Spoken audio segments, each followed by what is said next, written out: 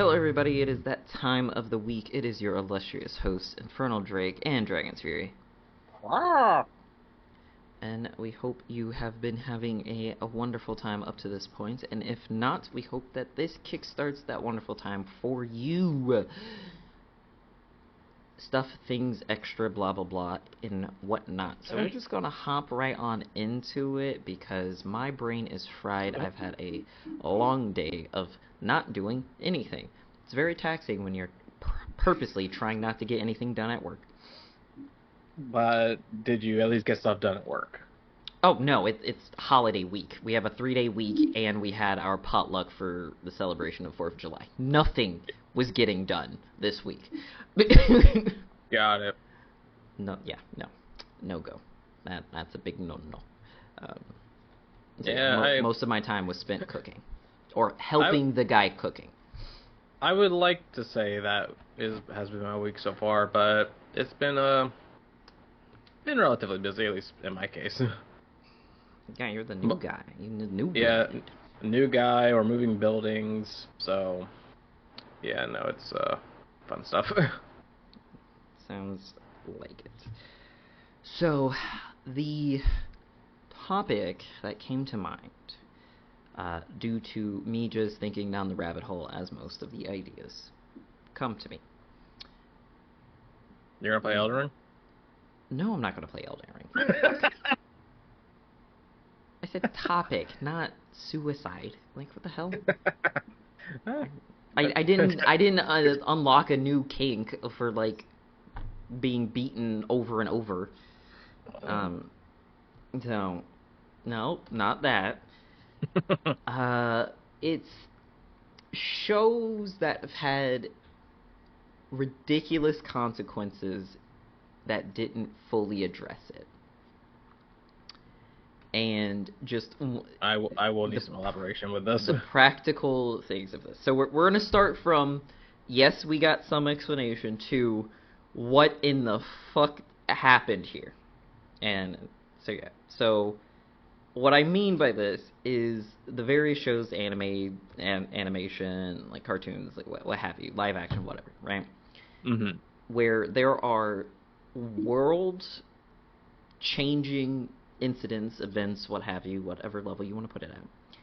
And you don't really get the, how is this really affecting everybody? For example, Powerpuff Girls. That's a name I wasn't expecting to hear from you.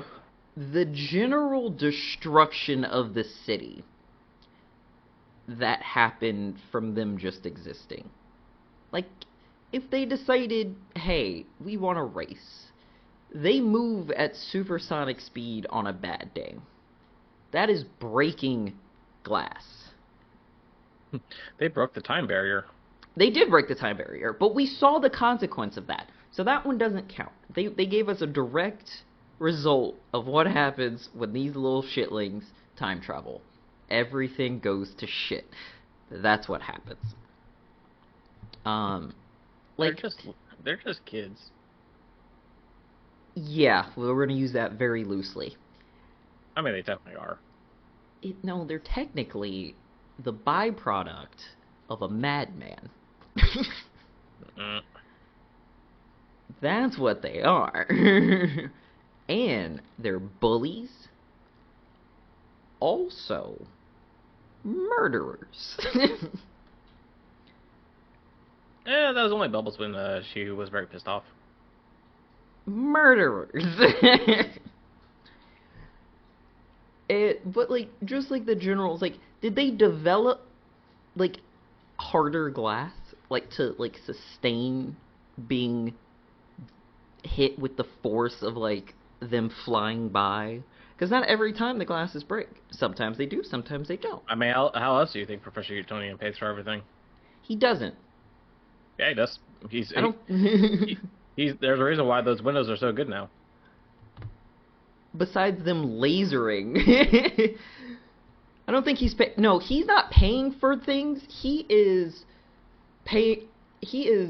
being punished / not thrown in jail. They were like, hey, either make it so that we can deal with your creations, or we're throwing you in a hole, which they should have done so many times. I don't know. I mean, the Powerpuff Girls did deal with a lot of the villains. Half of which are doing villainry to spite them. Was that mostly the Green Gang? It's the Green were bullies at best. And then they started to up their game because they were like, oh, we're not good enough to get the attention of the Powerpuff Girls. So they started upping their game, right? Him is obsessed with them, so all of the shenanigans that come across that is directly related to them. Mojo Jojo is just pissed that his siblings are getting more treatment than him. Like, come on, Dad. It's just bad family situations. The regular villains or whatever can be handled by the cops. They're not super villains. They're just regular I don't know. ones. Those broccoli aliens are quite ferocious. Jesus Christ. The only ones that have a mild sense of needing the Powerpuff Girls to handle are the monsters. But the only reason why they start to attack is to purposefully fight them. And if they survive, they go back to the monster village and are viewed as heroes.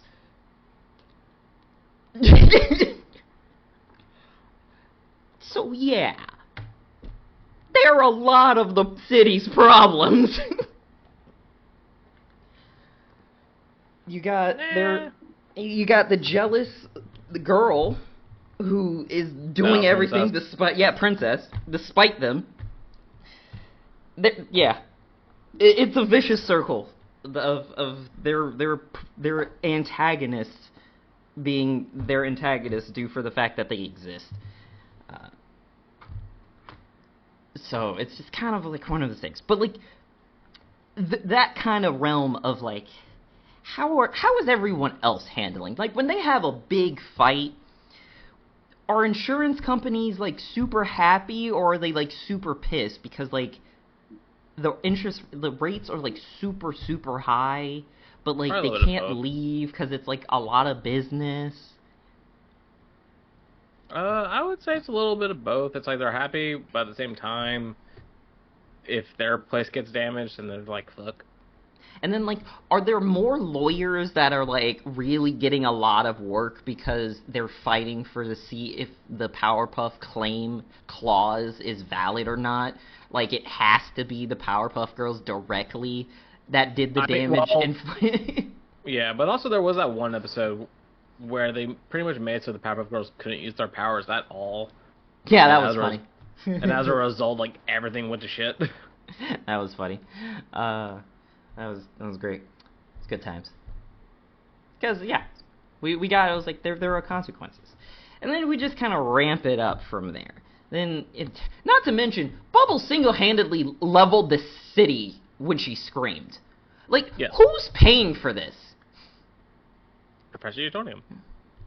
With what money? I'm pretty sure he has some research grants. That would definitely have been revoked due to his ineligibility, due to the damage that was caused by those girls. But because of also all the creative stuff he has done, he gets back. So I don't know. I feel like there's just two lawyers arguing in a room. He deserves it. No, he doesn't. Yes, he does. No, he doesn't. So he'll never lose it because they'll never be able to decide. So he's not getting any new money. So all that money's ran out paying for it. The numbers aren't numbering. No. For each grant, 2 new lawyers have to step in. So he gets the money, but then they keep arguing.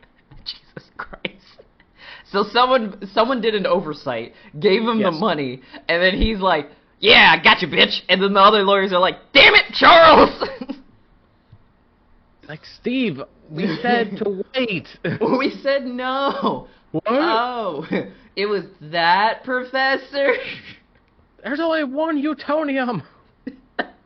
I totally imagine that's how that played out. Like, yes, that's how that played out.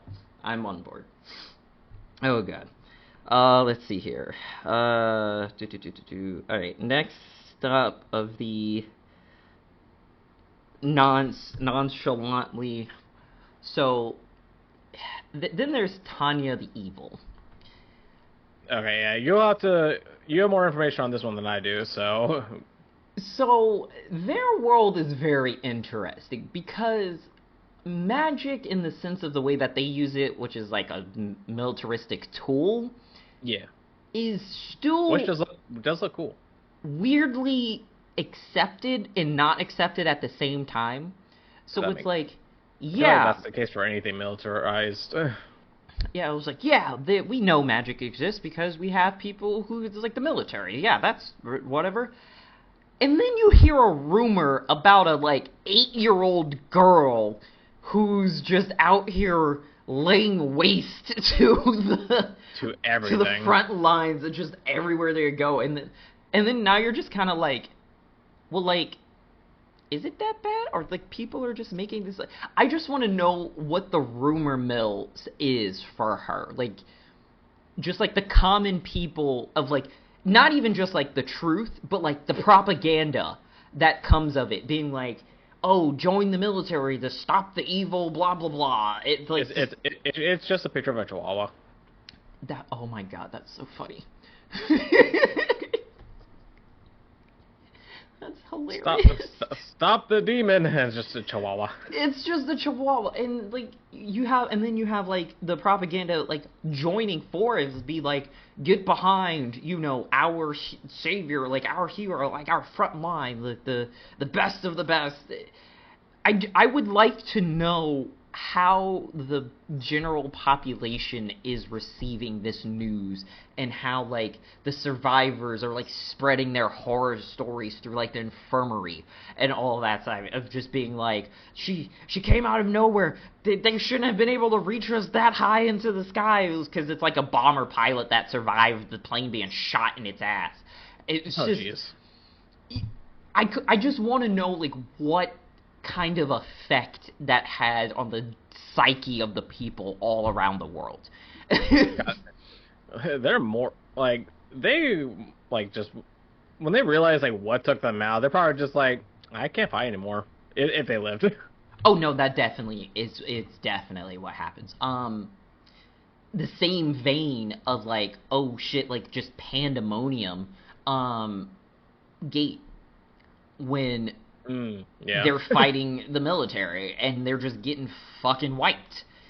But at the same time, there was like them getting wiped out, but then also witnessing them fighting a fucking dragon. You know, the most fearsome being in the world, and they're just like, yeah, no, that was a fucking problem indeed. It's like, oh yes, it's just average Tuesday. All right, let loose. We need jets. I was like, all right, send the jets. I'm trying to remember, was it jets or helicopters they sent in for the dragon? Both. Well, they sent jets for the dragon, but then they did helicopters for like a support for an army or something. Yeah, for the raid when they were going to protect them from that. Got it. So, but it's like that, and then but we did get kind of a look into the, I wouldn't say necessarily like the propaganda, but like the viewpoint of what it is back home of them, of what they're doing in the special region, as they called it. And that's the trial scene, which hands down, like, one of my top 5 like dialogue scenes. Of like dealing with the reality of like the human mind, of like being forced to have to accept something like in that moment. We've already like kind of like got a general being like, oh hey, there's other things going on over there where it's like it's not normal here, but no one truly saw it. And so it's like, all right, hey, you have an elf, hey, you have a demigod, hey, here's, you know, another human. Right, it was like, here's a human that knows magic. Like, oh, magic's real, but kinda, sorta. It was funny seeing like all like the neats You're like, oh shit, magic's real. Oh my god, it's an elf. Right. It was like, oh my god, are her ears real? Whatever. It's like, and just that, I love those kind of dialogue moments when it's like, because that's how people would react. That's when I want realism, is when I'm like watching shows like video games. No, leave it out. I don't care. But like, if you're going to make it in a more modernized like locale, you need to make it be reasonable to what it would be like in our world. Like, if we ran up on somebody and we find out that all of our fantasy stuff was spot the fuck on, that would be crazy. That would be freaking crazy. People are going to lose their shit. Like you said, all the nerds are going to freaking nerd out. All it, like, the chat rooms are going to go crazy. The internet's going to break. Like, these are viable things that, like, and that's why I love that scene. Was just like so great. I love it so much. Also, with, like, Rory's lines. Oh, Rory, like, she won that scene. It's so good. Like, yes, so much yes. And let's see, what else did I have on here? And then we're ramping up the destruction and kind of the what the fuck factor. Now we're in Commonplace. From Commonplace, the World's Strongest. This particular moment is from season 2. 2. Is it in the Coliseum? It is not in the Coliseum. Oh, damn. It is when they rescue Mew. Oh, Mew, yeah. Right? And so, could you... I thought that was season 1. Hold on, let me check. I was going back into it. Reunion... Season... Alright. Oh, no. Season 2 is her bringing back. So, yeah. End of season 1, then. Yes. Okay. And... Want to see some fireworks? Right? That's exactly it. That's exactly the point. Want to see... So, imagine, you're in the city. You already know, like, under the whispered rumors and the hush talks behind closed doors of a underground ring of, like, slavers, right? But no one really can do anything about it per usual. That's kind of how that works out. Like, that... Enough... Which is... always been hilariously interesting to me, and if it wasn't for the fact that this happens in, like, real life, I would think it was, like, full of shit, but, like, this fucking happens in real life. You have all this information that it's happening, yet somehow don't have enough information to stop it.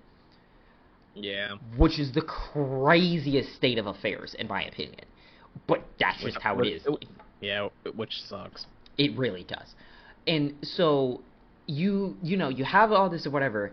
Can you imagine just going out to market and being next to the building that just fucking exploded? Right.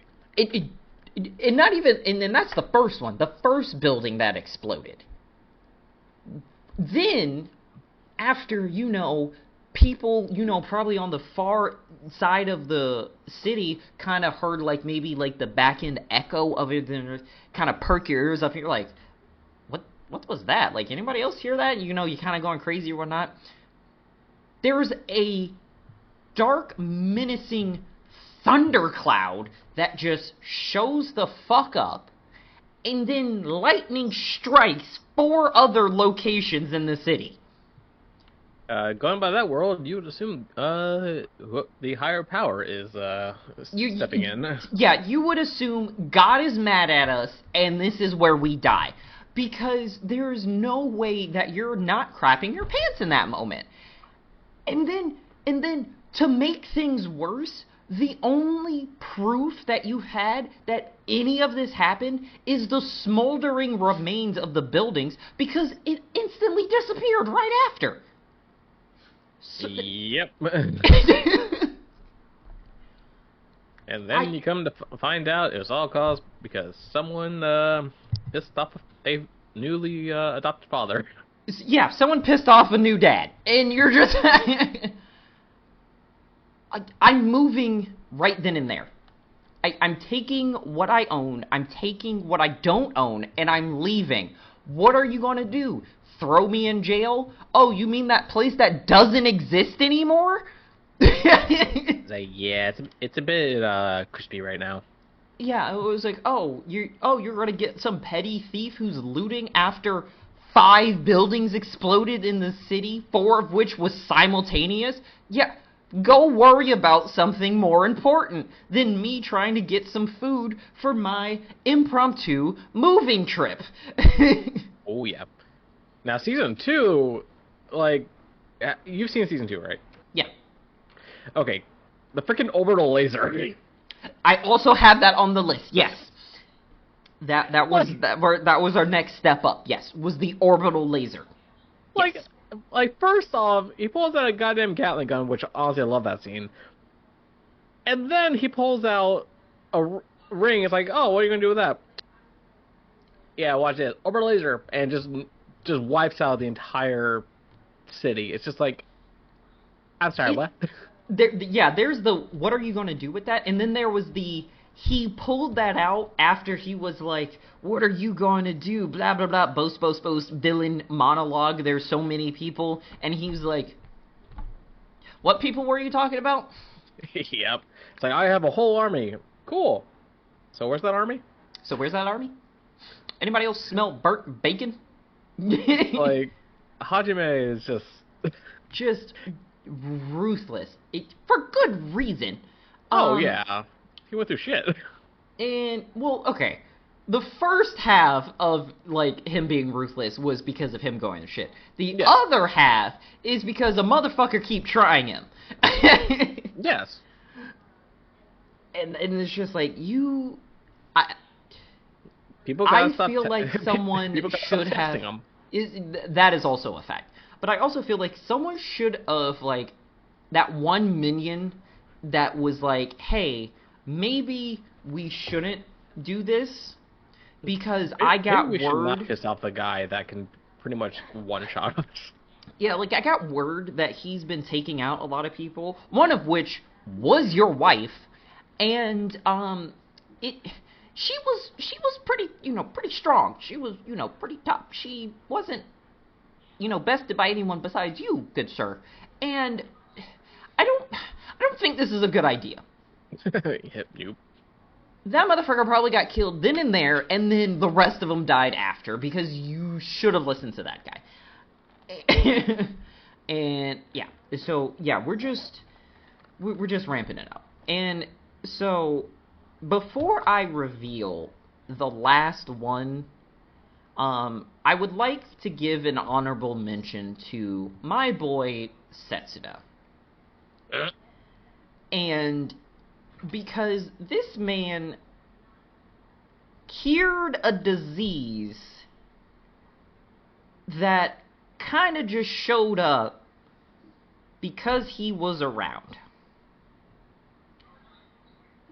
And no fault of anyone's own. Who knew that, if you use this super special engine around the general populace, that certain individuals would have an adverse reaction to it? How was I supposed to know that these particles were potent and a problem? But okay, so we are talking about the Gundam Setsuna. Yes. Okay, I want to make sure, because I know a couple Setsunas, I'm just like, I feel like it's the Gundam one, but I want to make sure. Yes, Gundam one. And then to, Such a good Gundam. To evolve past his humanity and open the true nature of his being, and then once again show that I am the GOAT, heals it by using purified versions of those particles. This is what I want to know. Were there more people that got, like, the disease that the girlfriend got? Was it on a larger scale than initially, like, realized? Do we have some people that have mild superpowers? Like, Hallelujah. Like, did we get more kind of, like, sensitive types? I forgot his name was Hallelujah. Like, did we get more of those? Also, did fixing the results of the bad ones then give good results of it? Like, did these people now have stronger abilities if they had them before? Like, do Does the girlfriend now have supercells? These are the things that I would like to know, because this man really affected a lot. Because not only did he like scatter it over the various cities, he put it in a lot of galaxies. Yeah, So, he basically didn't he basically become God? Effectively, for a moment, yes. Yes. Yes, he became God, and not just any God. He became like Futurama God. Yeah. Which I feel like is more potent. So, yeah, he's my honorable mention. And for our number one... Gun Double O was so good. What the fuck Oh, boy. happened to everything involved? The final fight against the anti-spiral. Ah. When motherfuckers used galaxies as throwing stars. Throwing stars, footings. They showed another galaxy being used to block two other galaxies that were thrown. Were there people there? Are there alien races that kind of blinked out of existence? Did we just, like, wake some, like, fourth dimensional beings up and they were like, what was that? Like, because they literally have been shaking the cosmos at the fabric of it. I mean, also, don't forget, they basically made a Big Bang. Exactly. There's so many questions. Like, is the Star Trek Q race, are they, like, just kind of sitting back looking like, oh, damn, that's one hell of a fireworks show? Yeah, oh no, I could imagine, like, they're just there, like us, having it on the monitors with popcorn. It's like, man, this is one hell of a fight. Right? It's like, we're like the extra, like, was the multiverse just kind of holding on for dear life? Like, it's just an earthquake of tremors just happening through, and everyone was like, we love it here! Right? Like, oh my god, like, it is, the implications of what was happened in that fight. I would like to think, when it came to that Big Bang, going back to the whole Futurama thing, similar to when they witnessed the Big Bang and it just went back to when they left, I would like to think that's how it happened. It was so much. Like, that is... Especially when you get into the movie version of the fight. Right, it's just like... even more chaotic. It was like, yo, like, you guys are fighting at such proportions that there's no point in having detail, because at this point, you guys are fighting as concepts. You're not even fighting as beings anymore. You're fighting as ideas. That is bonkers. Oh my god. Great anime. Like, for those listening, if you have not seen Gurren Lagann, please go watch it. It is such a good watch. Huge spoiler of this discussion, but it's fine. It's still batshit all the way up to that point. The same impact. Doesn't matter if you know it's coming or not. You will still be like, oh, fuck. Yeah, it was... Like, I have rewatched Gurren Lagann so much, and I still get hyped. Yeah. So that is the destruction of world-changing effects tier list, if you will. Discussion that... whatever you want to label it. That's the end of the episode, is what I'm trying to say. So we thank you for listening. We thank you for supporting us. For all of those who have found us on YouTube, hit that subscribe button. Hit the likes. We're trying to become big enough that come October, we are able to be accepted for a couple of panels at MegaCon in Orlando. We are making a trip in February, so we are doing our damnedest to make it look like we are something that people will be enjoyed, and or whatever the fuck I was trying to say. And we can do that in an even better fashion if you give us those numbers. So And if please, not us, Apollo, right? yeah. If not us or Apollo back, either one, we're both Or both. co doing this together. We are both on this journey to be panelists at MegaCon Orlando 2025. So please like, subscribe, leave comments, just get our numbers up so we are able to give our first live show next year. And so Hopefully. we're really hoping that we'll be able to do it. It was super hype. It's already in the plan. I already have the plan. I already know what we're going to talk about. I already know what things we're going to do. There might be a merch drop if there's enough people that support us on the Patreon. We'll probably have our first merch drop. I'm super excited about that. I know what I want to do, but we need more support. So. And if we can't do a panel, then you can expect quite a few VODs coming out from the convention. Well, yes, there will definitely be content, but that is our main goal. We want to do a live show from MegaCon, so every little bit helps. You just being here up to this point is a great help. So spread the love. If you want more, there's the Patreon and the YouTube and the Discord and all of these fun things. So check the description for all of that information. We love you, and we'll see you the next time. See you.